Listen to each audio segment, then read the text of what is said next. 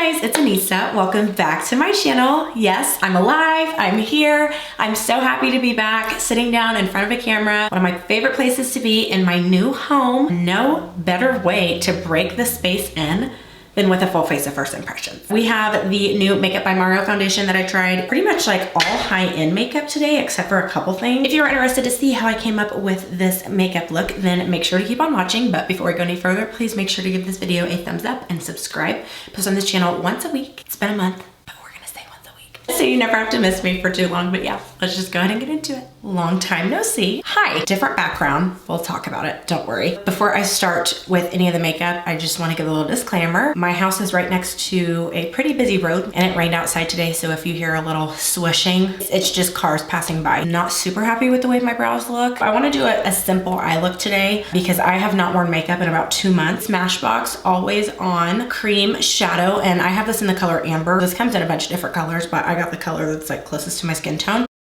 I'm hoping that it's pigmented. Ooh, look at that. It's like the perfect color. I'm just slowly working it up my eyelid. Oh my gosh, the brightness that just gave. Really nice, moussey, fluffy texture, so it's not thick feeling. It doesn't even feel like I have anything on my eye, honestly. Soft matte type of formula to where it's drying down, but it's not drying down so fast that I don't have time to blend it out. I did not mean to go this long without posting. For the past 2 months, I've thought that I've had 1 or 2 videos pre-filmed, and I finally went down yesterday to sit down and edit these pre-filmed videos, and they are nowhere to be found. And it's so weird. I don't know if I dreamed that I filmed these videos or what, but there's no pictures for the makeup looks, like nothing to be found, no evidence that it was ever filmed. I'm still playing with the lighting and everything. My room is white. I've been filming in a gray room ever since I've had a YouTube channel. Well, no, my bedroom was pink like 6 or 7 years ago. But like for the past 5 years, I've had a gray room to film in. I am willing to pay a little bit more for the eyeshadow primers because the drugstore does not have that many eyeshadow primers that are colored and pigmented and really nice. I think I have like 2 or 3. I bought this palette for myself 2 years ago. It's not expired. It expires this year in June of 2023, but it has not been used. OFRA Cosmetics BOHO Pro Palette, 2 blushes. I think that's like an under eye banana powder, which I have the full size of that. Highlighter, bronzer. I think this is supposed to be for your brows, and I'm gonna use them as eyeshadows. And then 6 simple eyeshadow colors. We're not gonna do anything crazy because I have this really fun DAZZLE stick that I want to use on my eyes. Bronzer color in my crease, just for a little bit of a transition shade. I'm gonna mix these 2 shades and put them in my crease. These are the shades Brown and Country Road. I feel like I'm always saying, oh, like this will be great for travel. Like I travel so much. It's not even the fact that it's about traveling. Most of the time I feel like products that are travel friendly are just more convenient to use on an everyday basis as well, not just when you don't have your whole makeup collection with you. These 2 colors, French Mocha and Bark, inner crease to give some dimension. I do want to go ahead and just try one of the shimmers for you guys. That way we can see what it looks like on camera. I'm going to use this really pretty brown shimmer color. One eye, I'm going to use my finger, and then the other eye will do a brush. I'm going to spray my brush with a little setting spray. I have been living out of boxes up until 3 weeks ago, and my eyebrows were terrible. I couldn't find my tweezers. I'll just wax the bottom of them. And usually I tweeze the bottom and then I wax the top, and I waxed off like half of this eyebrow right here. So that's why my arch is kind of not there. KVD Dazzle stick, and I have this in the color Pale Surge. Comes in a stick form and looks like a lipstick. So creamy. And look at how pretty that is. I want to try it with the brush on this eye. It's so creamy that it kind of lost its shape a little bit at the top. Products like this are what I love when I look at my eye look and I'm like, there's something missing. And I put this on, and you don't necessarily even have to put this much on. Like you can just put a little bit on. It takes it there. Oh my gosh. Definitely more pigmented with a brush. You know what? I could use my finger too. Yes, we've seen the liquid glitters. We've seen the potted glitters, but we haven't seen a Dazzle stick. Very impressed with this product. 20 out of 10. Applied my e.l.f. eye tapes. This isn't a new eyeliner. I've tried this formula, just not in this color. KVD Tattoo Liner, and this is just in the color Mad Max Brown. I've always thought that the KVD liner formula is a little on the dry side, and not necessarily like dry in a bad way, just dry in the fact that it dries down very fast and it's not a super liquidy formula and it's not as messy. When it comes to that formula, again, not life-changing, but it's also a preference thing. I already put on my hydrating face primer, but I have a new pore filling primer, Huda Beauty Glowish Blur Jam. In my opinion, the texture mimics silicone, but it claims to be silicone free. So we're gonna see. Okay, it's turning white. Is that just my finger or is it actually turning white? Oh my gosh, that feels really nice. Everything that I love about the Milk Makeup Pore Eclipse Primer, I'm seeing cooling feeling, and the more you work it into your skin, it feels more of like a gel texture, which is not heavy feeling at all. And I actually feel like it's doing a good job at smoothing. Can we talk about how 2016 makeup is suddenly coming back into 2023? Y'all know I never left 2016 makeup, but I really think that that is so comical. This next product is probably the thing that I'm the most excited to try, only because I don't know if these influencers have been lying to y'all, which we'll also get into. I want to know if this is any good. Makeup by Mario Surreal Skin Foundation. And if you guys look up close, it does have, kind of looks like the Charlotte Tilbury Flawless Filter. Really finely milled sheen in it. When we test new foundations on this channel, we do half sponge, half brush. Very impressive shade range on this, which I wasn't expecting anything less, to be honest. Some of these brands have not caught up with that expectation of inclusivity. It's very frustrating as a small creator because I work so hard to create content for free. I don't get paid to do this. I shout products out for free that I love because I love them and because I value your guys' trust more than anything. You know, I understand not everything works for everybody, and that's why I love trying so much makeup, because I want to help you find something you love. I want to help you find the style of makeup you love. Very minimal makeup, even though I don't do a lot of that. I still recommend products every once in a while that I think are good in those occasions. And to me, the fact that you have the audacity to literally lie and get caught and not even apologize goes to show the type of privilege and lack of care that you have for your followers. And just continue posting like nothing happened. I honestly was really offended as somebody that loved her and supported her. The fact that she doesn't even care enough to apologize or admit anything, you don't have my support anymore. And in my opinion, that's not cancel culture. That is how I would treat somebody in face-to-face life. Encourage all of you to, yes, follow the big creators. I love big creators myself. Jaclyn Hill, Manny MUA, Patrick Star. I love all of them. I buy their makeup. Smaller creators is also where it's at. Most of us put a lot of time into our content because we're smaller and we're trying to grow. And I'm not saying that there's anything wrong with paid partnerships, because there's absolutely not. Whether you've loved that product for 10 years or you've loved it for 2 months, it doesn't matter. But don't lie. I'm never gonna tell you guys to buy something that I do not genuinely love myself. Something I've really been trying to do the past like year and a half is if I don't like a product, I try to add like, oh, if you like this, or if you have this skin type, you may like this more than I do. It is frustrating as a smaller creator to always be honest and to give free shout outs and be doing this because I love it, not because it pays my bills, and then see somebody like that who, in my opinion, takes that platform for granted. I mean, like when you have 15 million followers on TikTok, the amount of influence you have, that's like a couple countries. That's all I'm gonna say. It did blend out very nicely.